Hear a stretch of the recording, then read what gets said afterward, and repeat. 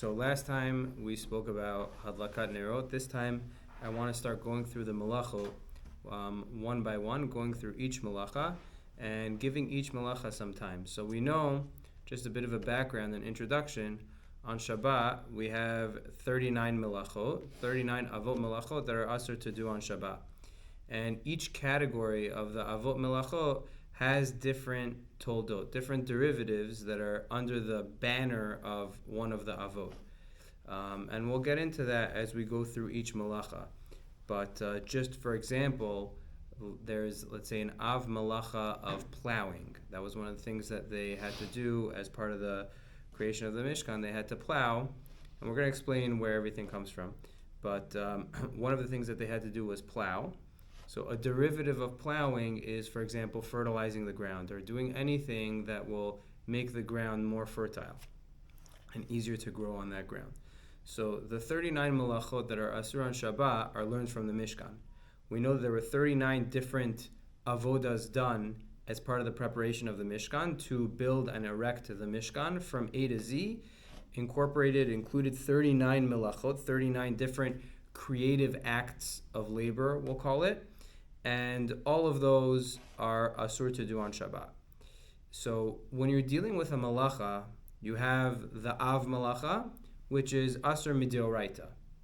It's asur from the Torah to do the Av Malacha. You have what's called a tolda, which is something that's under the umbrella of that Av Malacha, and that's asur also to do midioraita. And then you have various different gzerot midirabanan, various different rabbinic decrees that may be related to each malacha. So we explained that all the malachot really are learned from the Mishkan. The psukim discussing Shabbat and discussing the Mishkan are right next to each other. As a matter of fact, in the Torah, it doesn't say specifically in the Torah which malachot you're not allowed to do. The Torah just says that you have to keep Shabbat. It says don't do any malacha on Shabbat, but it doesn't tell us what those malachot are. There's one malacha that's listed in the Torah. It says lo tiva'aru eish b'chol moshevotechem b'yom HaShabbat, that you're not allowed to kindle a fire or transfer a flame on Shabbat. But otherwise, it doesn't list any malacha. The way we learn them is the fact that malacha of Shabbat is juxtaposed to malacha of Mishkan, the Melechet HaMishkan. So we learn out whatever malacha was done as part of the building of the Mishkan is asur to do on Shabbat. So the malachot are divided into, we can divide the malachot into four different groups of things that were done in order to build the Mishkan. If I had a chumash here, if I had something with pictures, I would be able to show you pictures of the Mishkan. It would make it easier. But so the first thing, the first grouping of malachot is the malachot that were used to create the dyes, the samanim, the dyes that were used to dye various things in the Mishkan. Mainly the yiriot, the coverings of the Mishkan. So the Mishkan was a structure. It was made out of wood, kind of. There were wooden beams. And then the cover was like there was fabric and there was different cloth materials that were dyed to cover the top. So those dyes, you needed to do malacha to create those dyes. And there are 10 malachot, or really 11 malachot, in this grouping, in this category of that were needed to make the dyes. In the halacha, in the Mishnah, they're listed as sidura depat, the order of making bread. Because it's really the same thing. The dyes that they used in the Mishkan were made out of different herbs and plants. So the same way you make bread, you also make these dyes. It's from planting and plowing and etc. until they have to bake them, cook them in the water, boil them in the water, the dyes to make that water dye water. It's the same process as making bread. So the Mishnah counts it as sidura depat, the malachot that were done in the process of making bread. The first one is planting. You're not allowed to plant on Shabbat. Second one is plowing. Plowing is they would plow the ground in order to be able to plant. And the third one is picking. You're not allowed to pick the fruits or the grains or the whatever the herbs that they used for the dyes. You're not allowed to pick those. That's picking on Shabbat, harvesting. Third one is called ma'amer, that's gathering. They would, after harvesting, after cutting the bundles of wheat, they would gather them together. Then there's threshing, that's called dash in halacha. They would take a board with sharp things on the bottom, and they would ride over it with an animal or something to thresh the wheat, and that would separate the kernels from the hay and the rest of the wheat. Then there's zoreh, which is winnowing. They would toss it up in the air, and the wind would blow away the chaff, the non-edible part of the grains. And then there's borer, which is they would separate. They would pick out. You would be left with this mixture of pebbles and grain, and they would pick out the pebbles. And then the eighth one is tochen, grinding. They would grind the wheat to make flour. And then the next one is meraked, which is sifting. Then the next step is lush, which is kneading. They would knead the dough. And the next step is baking. They would bake bread. So it's described in the Mishnayot as the process of making bread. In the Mishkan, all these malachot were done in order to create the dyes that they used to dye the various different materials that were used in the Mishkan. So that's the first grouping of melachot. Now, reading through them, it sounds like they're totally, a lot of them are not applicable. Who's planting nowadays on Shabbat? Who's plowing nowadays? But we'll see a lot of practical applications. The next set of melachot is a set of 13 melachot that were done in the Mishkan in order to prepare the yiriot, the cloth coverings. And those are from gozes. First, they would shear the animal because it was made out of materials made out of wool. So they would shear the sheep. That's the first malacha that was done. Then melaben, laundering, washing it. They would bleach or wash or launder it to make sure it's clean. Then they would comb it to detangle it. Then they would dye it. Then they would twist it to make it into thread. Then there's a malacha called mesach. Mesach is when we get to it, we'll talk about it more in detail, but it's basically setting up the loom, right? When you have thread and you want to weave, you have to set up a loom, and the way you set up the loom is you have threads going up and down, and you have threads going across. So mesach is setting up a loom with the threads going up and down. And the next malacha is oseh shnei batei nirin, which basically it's the next step of setting up the loom. What they would do was they would have this apparatus that would elevate every other thread so that you could just stick the ones across straight through without having to weave up and down, up and down. Because when you weave something, you have threads that go up and down, threads that go across, and each thread that goes across has to go over and under each thread that's up and down. So they would just have this apparatus that would lift every other thread, and then you could just go straight through and straight back. It would make the weaving easier. So setting up that apparatus is the next malacha. Then weaving, going back and forth, is the next malacha. And then unweaving, undoing the weave, is also a malacha. And then tying a knot. At the end of the weave, they would have to tie a knot. So tying a knot is also a malacha. Untying is also a malacha. Sewing is also a malacha. They would sew stitches. Sewing 2 stitches to attach 2 different things is a malacha. And then tearing in order to resew also is a malacha. Sometimes when they would have 2 pieces of fabric that or a piece of fabric that ripped sometimes or had a hole in it, they would have to tear it in order to resew it and make it better.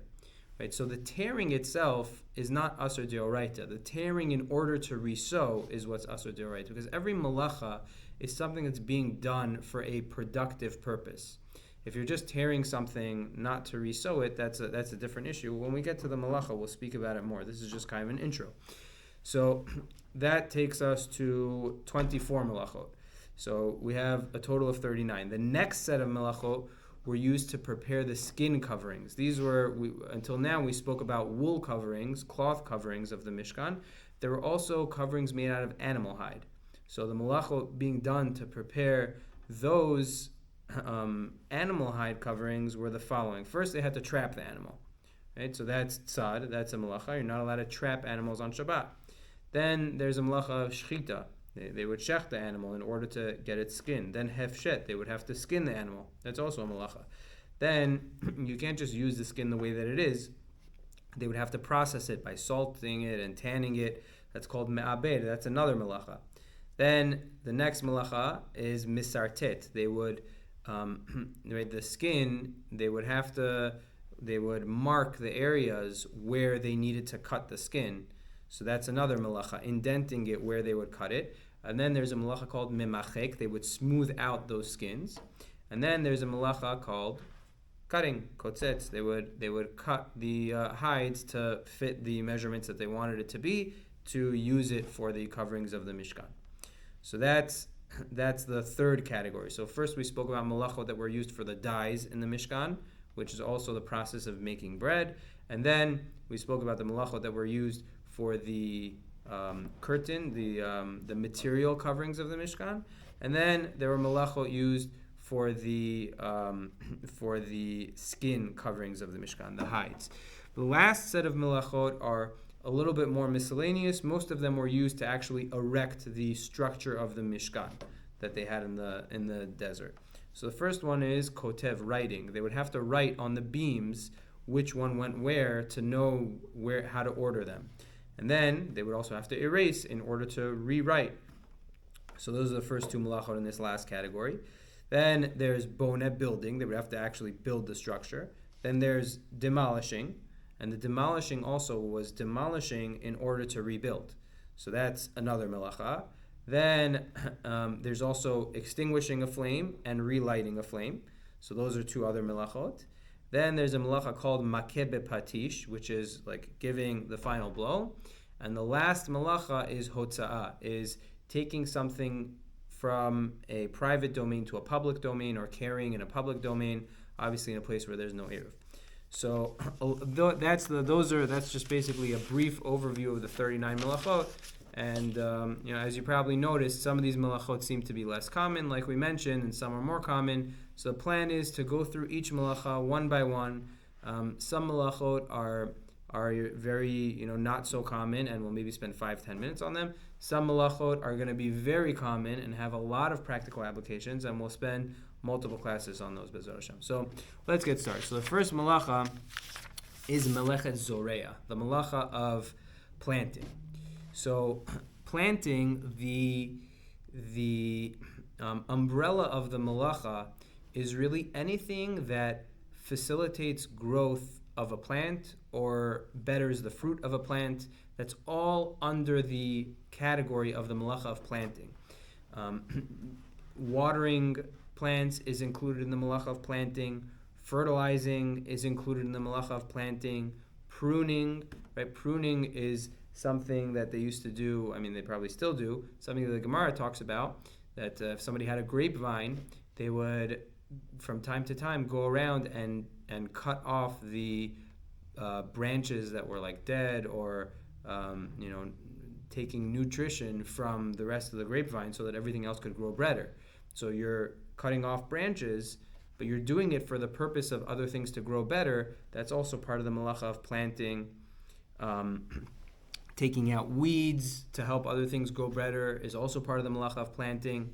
So the probably most common day-to-day example of this is pouring water on the ground, right? The Shulchan Aruch writes that one should not wash their hands over the ground, because the water is going to go on the ground and on the plants, and you'll be watering the plants on Shabbat. So in general, maybe it's a good time to get into this. There's a halachic concept called psik resha. So there's a halacha, the Gemara says, according to the opinion that we follow, according to Rabbi Shimon, there's something called davar she'eno mitkaven. You don't have kavana, you don't intend to do the malacha. So for example, like this case, all you want to do is wash your hands. You're not trying to make the plants grow. You're just trying to wash your hands. That's what you're trying to do. Now, there are plants on the floor underneath that will grow, but you're not trying to do that. So the halacha is davar she'eno mitkaven is mutar. If you don't have kavana to do the malacha, you don't intend on doing a malacha, you intend on doing something else, and a malacha may or may not happen as a result of that, that's allowed.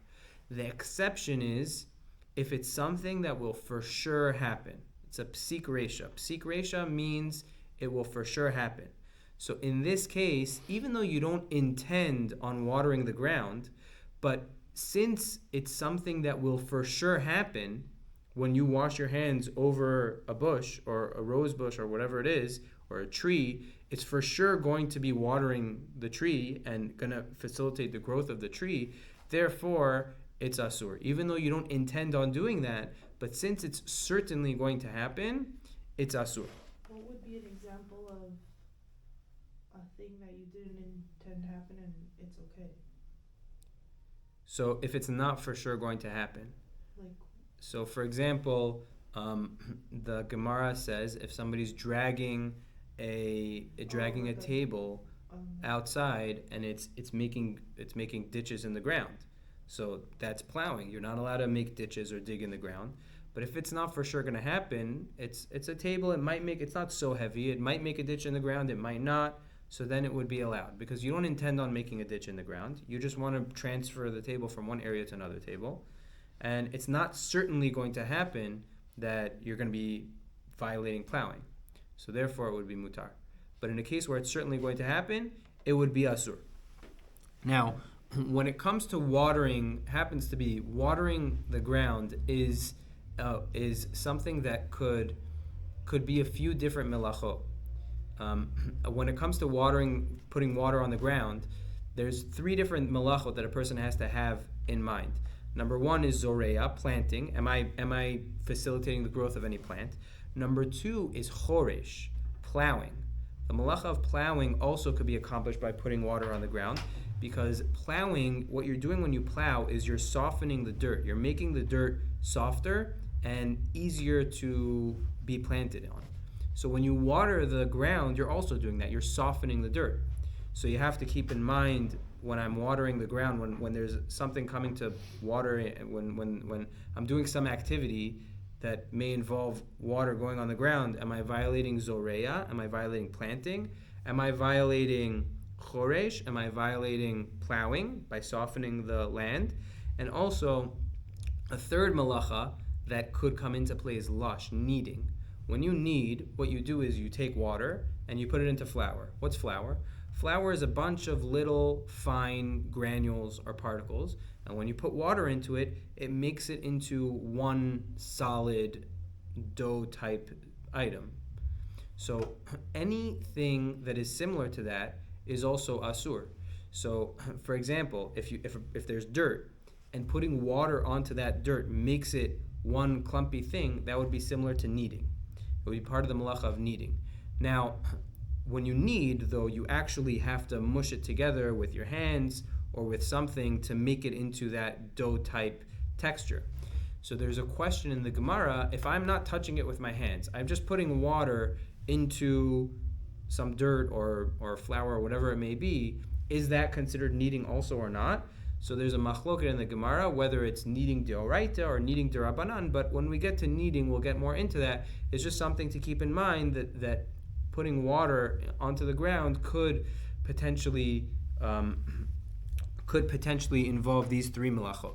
So let's just focus on zoreya right now, on planting. So something that the poskim point out is on Sukkot, when a person's eating outside, or any time a person's eating outside, it could be on Shabbat also, they're having a picnic or whatever it is, they took their kids to the park and they have a bottle of water, should be very careful to make sure that it doesn't spill on the ground, because you could be watering the ground.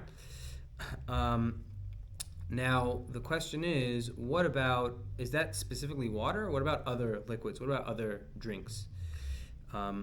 So the halacha doesn't really talk so much about other drinks. The Shulchan Aruch doesn't, but there is one thing that he talks about which could also be very practical. Imagine you're taking your kids out to the park on Shabbat, and of course, like a good mother, you made sure that everybody used the bathroom before they go to the park. Then what happens? You're at the park, not a bathroom in sight, and your little boy says, "Mommy, I need a make." So are you allowed to take him to a tree or to a plant or something, and he could just go in the bushes in the forest? Or is that not allowed? That's also planting. You're watering the trees. You can't take him there to do that. So the halacha says, according to Shulchan Aruch, that urine is not considered watering the ground, because urine is very sharp and it's considered charif, and it's not going to help the plants grow. Now that being said, it's still brought down that person shouldn't urinate directly on a plant. They should a little bit far away from it, but on a dirty area, on a muddy area or a grassy area or whatever, would technically be fine. So based off of that, poskim say similar things that are like alcoholic, sharp, like wine or other drinks like that, wouldn't facilitate the growth of plants, and therefore it wouldn't be a problem. So somebody doesn't have to be extra careful with wine or things like that on Sukkot outside spilling, but water or perhaps seltzer or other drinks, a person should be careful about. Okay. Another thing that the poskim talk about when it comes to watering is a lot of people have the like wall units, AC wall units, and it'll be on a timer on Shabbat. And what happens when the timer goes on? The AC unit drips and is dripping water into the yard, into the garden. So anything that you didn't do anything, that's fine. You didn't do anything on Shabbat. You just set it on a timer and it went on its own. Halachically, that's fine. Okay, so that's for watering. Another practical application of planting is the Sefer Yereim writes that a person cannot throw seeds on a moist area of the ground, even though he's not trying to plant, because the seeds could take root, and that would be a problem. But if he's throwing it in a place where it's a pathway where people are walking and it's impossible for the seeds to take root, it will be fine. So based off of that, the poskim write that if somebody's eating outside on Shabbat and they have watermelon seeds or apple seeds or whatever it is, they should make sure not to just spit them onto the grass or into the dirt, to toss them into the dirt or whatever it is. He ate a peach or an apple, just toss the core into the dirt. Person should avoid doing that unless it's in a place where it's like a path. It's like it's a solid dirt that people will walk on, that it won't grow there. Another practical application, which is probably the most practical application of planting on Shabbat, is the discussion of flowers. Flowers on Shabbat. Can you put flowers in water on Shabbat? Can you not? What if they were in water and my kid pulled them out? Am I allowed to put them back in? What's the halacha regarding that? So the Rama writes that a person is allowed to put branches into water on Shabbat as long as they don't have flowers. Because if the flowers are small and you put them in the water and they're unopened, they'll open up, and that'll be a problem. That'll be a problem because you're causing the flowers to bud and to open up. So that's what the Rama writes. Now, there's another opinion, the opinion of the Marikash.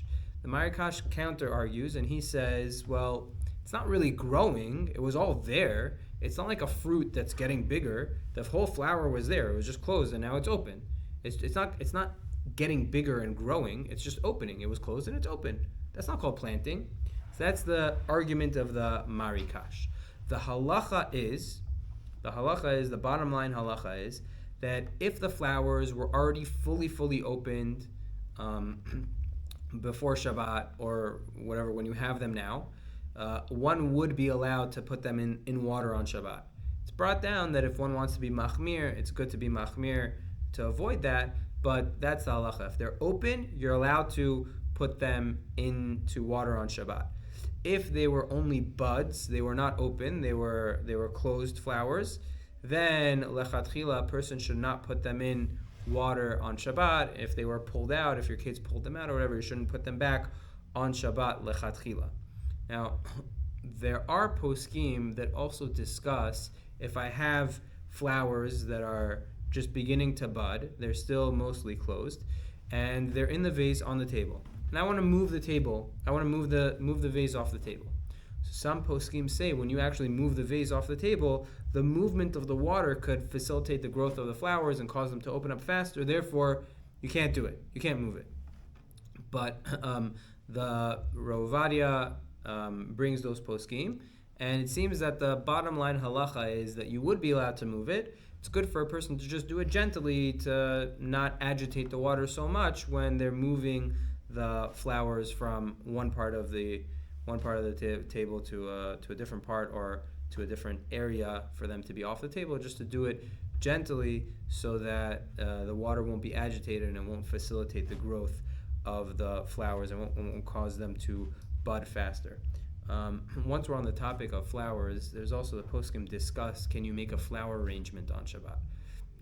Let's say that you're not putting them in water or they're already open and you want to decorate them and make them look nice and make this arrangement on Shabbat.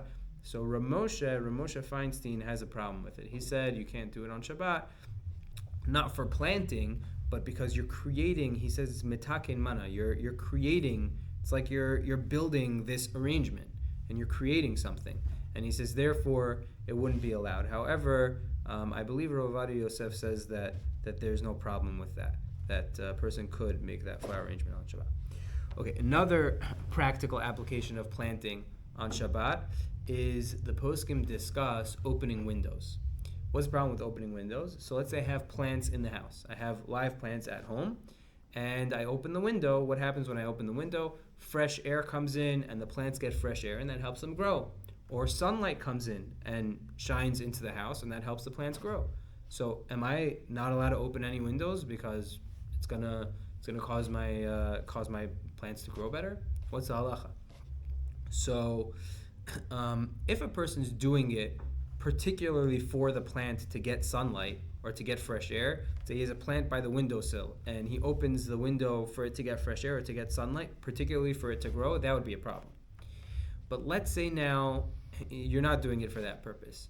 Someone just wants to have light in the house or fresh air in the house and they don't even care about the plants at all. So remember we said the halacha is if it's a davar she'eino mitkaven, you don't have any intention, you don't have any kavana to do the malacha, you have kavana just to get fresh air in the house. So we said generally that's mutar. However, if I know for sure that the malacha is going to happen as a result of what I'm doing, it's not allowed. It's asur. So now over here also, according to that, it should be a problem because I don't have intention for the plants to grow. The only intention I have is to get sunlight into the house or to have fresh air come into the house, but it's for sure going to cause the plants to grow better. So nevertheless, even though generally that would be asur, over here the poskim have a leniency. But wouldn't that be the same thing, that it's not the kavana to, you just want fresh air? You just want fresh air. But if it's something that is, if the malacha is certainly going to happen, then it would be asur. Plants don't grow just like that if there's fresh air coming in. Okay, so you're touching on a good point. The malacha, it will help facilitate the growth of the plants. Specifically, the malacha of planting is not something that has direct, immediate results. Right? When you plant something, right, it's not going to grow until a couple weeks later or whatever it is. So anything that I'm doing that will facilitate the growth, even though it's not an immediate result, would be a problem. When you water the ground, you don't automatically see grass jumping up. It takes a while for the grass to grow or for the plants to grow. So the same thing over here. When it gets sunlight, it definitely helps the plant grow, even though you don't see immediate results. So over here, there's a special halacha, which really is not such a simple thing. It's a pretty complicated halachic back and forth, but there's something called Mesir Monea. Mesir Monea is, the malacha would happen, I'm just removing an obstacle and allowing it to happen on its own. There's an obstacle blocking the sunlight from getting in or blocking the fresh air from getting in. I'm opening the shade, I'm removing the obstacle that's blocking the sunlight to get in. So since that's not me directly doing the malacha, it's something I don't have kavana to do the malacha, and even though the malacha is happening, but it's not me directly doing it, like when I wash my hands over the grass, I'm directly watering the grass, or when I pull a table and it makes ditches in the ground, I'm directly doing that, even though I don't have kavana for it. Over here, it's more indirect. Since it's more indirect, the poskim are lenient over here, and they say that it would be allowed. So there's a fine line between, when I don't have kavana and it's for sure going to happen, and sometimes, usually it's not allowed. Over here, it's since it's indirect, it's allowed. And there's a fine line between what's considered direct and indirect. So it's always good to ask a shayla if anyone has situations where they're unclear about. So I just want to quickly cover the next malacha so we can knock out 2 malachot today. So the next malacha is charisha, is plowing. So plowing, also not super duper practical, but there are a few practical applications when it comes to plowing. Plowing, again, in the Mishkan was done as part of the process of making the dyes, of creating the dyes to be able to dye different materials, various materials that were used in the Mishkan. So the umbrella of the malacha of plowing is anything that betters or prepares the land for planting and for growing things is violating the malacha of plowing. That includes digging, it includes actually plowing, it includes making a ditch, it also can include fertilizing, and it can include watering, like we mentioned. It also includes straightening the ground, which we're going to get into a little bit. Okay, so when it comes to pulling an item, we mentioned, the Gemara said, you're allowed to pull an item across an area, an outdoors area of dirt, as long as it's not for sure going to make ditches. But if it's for sure going to make ditches, it's asur. So the poskim talk about, what if I'm walking somewhere on Shabbat, I have my stroller, I'm pushing my stroller, and there's a muddy area ahead. And my stroller is for sure going to make ditches in the ground, in the muddy area. There's no question about it. So would that be asur or mutar to push my stroller through that area? So we would think it would be a problem, right? Because you don't have kavanah to make ditches, but it's for sure going to happen. And if it's for sure going to happen, that's called a psik reshe, and it should be asur. However, the Gemara says there's something called, the Gemara used the word koveshet. It's not digging, it's just pushing the ground down. When you dig, you're removing dirt and putting it aside and creating a hole. But if you're walking and that creates holes in the ground, that's just pushing the ground down. That's not digging. It's not removing dirt. It's just pressing it down. So the poskim say a stroller is the same thing. A stroller, it's not called digging, even though you're making a ditch in the ground, but that's just pressing the ground down, and therefore it would be mutar to push a stroller through a muddy area. That wouldn't be an issue of making ditches on Shabbat. Another thing that the poskim talk about is kibud habayit, is sweeping. Now, sweeping outdoors is asur. You're not allowed to sweep outdoors because a person may come to smoothen or straighten the ground. And outdoors means in a place of dirt. Now, there's a question, when Chachamim decreed that you're not allowed to sweep, did they say you're not allowed to sweep any floor ever, even indoors, because we make a decree that you can't sweep and it includes indoors and outdoors, or is it only outdoors? So the Rama, the Ashkenazim, the Rama brings down that outdoors and indoors is asur. So some Ashkenazim are machmir not to sweep indoors as well.